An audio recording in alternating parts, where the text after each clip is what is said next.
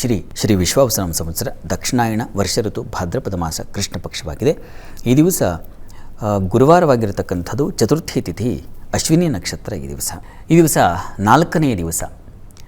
ನಾಲ್ಕನೇ ದಿವಸದಲ್ಲಿ ಚತುರ್ಥಿ ತಿಥಿಯಲ್ಲಿ ಯಾರಾದರೂ ತೀರಿ ಹೋಗಿದರೆ ಅದನ್ನು ಈ ದಿವಸ ಮಾಡಬಹುದಾಗಿದೆ. ಚತುರ್ಥಿ ಸಾಮಾನ್ಯವಾಗಿ ನಾವು ಈ ದಿವಸ ಏನಾದರೂ ಪಿತೃಕಾರ್ಯವನ್ನು ಯಾವುದೋ ಒಂದು ದಿವಸ ಮಾಡಬಹುದು. ನಾಲ್ಕನೇ ದಿವಸ ತೀರಿ ಹೋಗಿ ಚತುರ್ಥಿ ದಿವಸ ತೀರಿ ಹೋಗಿದರೆ ಈ ದಿವಸ ಮಾಡೋದು ತುಂಬ ಶ್ರೇಷ್ಠ. ಉಳಿದ ಹಾಗೆ ಇಷ್ಟು ದಿವಸದಲ್ಲಿ ಯಾವುದೋ ಒಂದು ದಿವಸ ಬಿಡು ಮಾಡ್ಕೊಂಡು ಮಾಡ್ತಾಯಿದ್ದೀನಿ ಅಂತಂದರೆ ಆ ಚತುರ್ಥಿಗೆ ಏನು ಫಲ?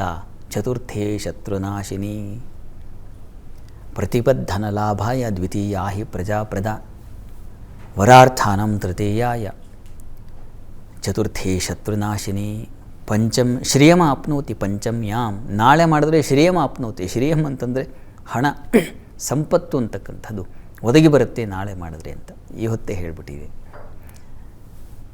ಷಷ್ಠ್ಯಾಂ ಪೂಜ್ಯೋ ಭವೇ ನರಃ ಅಂತ ಮುಂದೆಯೂ ಹೇಳುತ್ತೆ.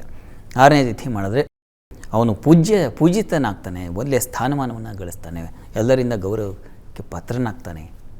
ಆ ರೀತಿಯಲ್ಲೆಲ್ಲ ಒಂದೊಂದು ದಿನಕ್ಕೆ ಒಂದೊಂದು ಫಲ ಅಂತ ಹೇಳಿದೆ. ಹೀಗಾಗಿ ಈ ದಿವಸ ಶತ್ರುನಾಶಿನಿ ಅಂತೆ.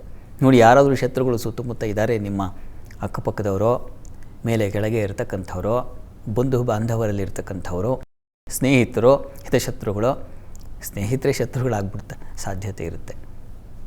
ಈ ರೀತಿಯಲ್ಲಿ ನಿಮಗೆ ಆ ಕಾಟ ಇದೆ ಅಂದರೆ ನೋಡಿ, ಈ ದಿವಸ ಪಿತೃದೇವತೆಗಳ ಸ್ಮರಣೆ ಮಾಡಿದ್ರೆ ಚತುರ್ಥಿ ದಿವಸ ಶತ್ರುನಾಶಿನಿ, ಅವರು ಶತ್ರುಗಳನ್ನೆಲ್ಲ ನಾಶ ಮಾಡಿಬಿಡ್ತಾರೆ. ನಾಶ ಅಂದರೆ ಕಾಣದ ಹಾಗೆ ಮಾಡ್ತಾರೆ. ಅಂತೂ ಇನ್ನು ಹಿತಃಪರಃ ನಿಮ್ಮ ತಂಟೆಗೆ ಬರಬಾರ್ದು, ಈ ಜನ್ಮದಲ್ಲಿ ನಿಮಗೆ ಕಿರಿಕಿರಿ ಮಾಡಬಾರ್ದು. ಆ ರೀತಿಯಲ್ಲಿ ಅವರು ಅನುಗ್ರಹ ಮಾಡ್ತಾರೆ ಅಂತಿದೆ.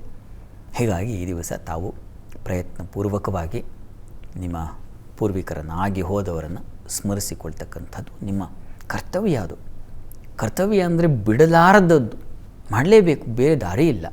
ನಾವಲ್ಲದೆ ಇನ್ಯಾರೂ ಮಾಡಲಿಕ್ಕೆ ಆಗಲ್ಲ ಅದನ್ನು. ಆ ರೀತಿಯಲ್ಲಿರ್ತಕ್ಕಂಥದ್ದು. ಹೀಗಾಗಿ ಅದನ್ನು ಶ್ರದ್ಧೆಯಿಂದ ಭಕ್ತಿಯಿಂದ ಆಚರಣೆ ಮಾಡಿ.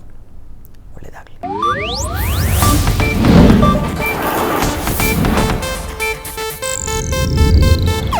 ಇದು ಏಷ್ಯಾನೆಟ್ ನ್ಯೂಸ್ ನೆಟ್ವರ್ಕ್ ಪ್ರಸ್ತುತಿ.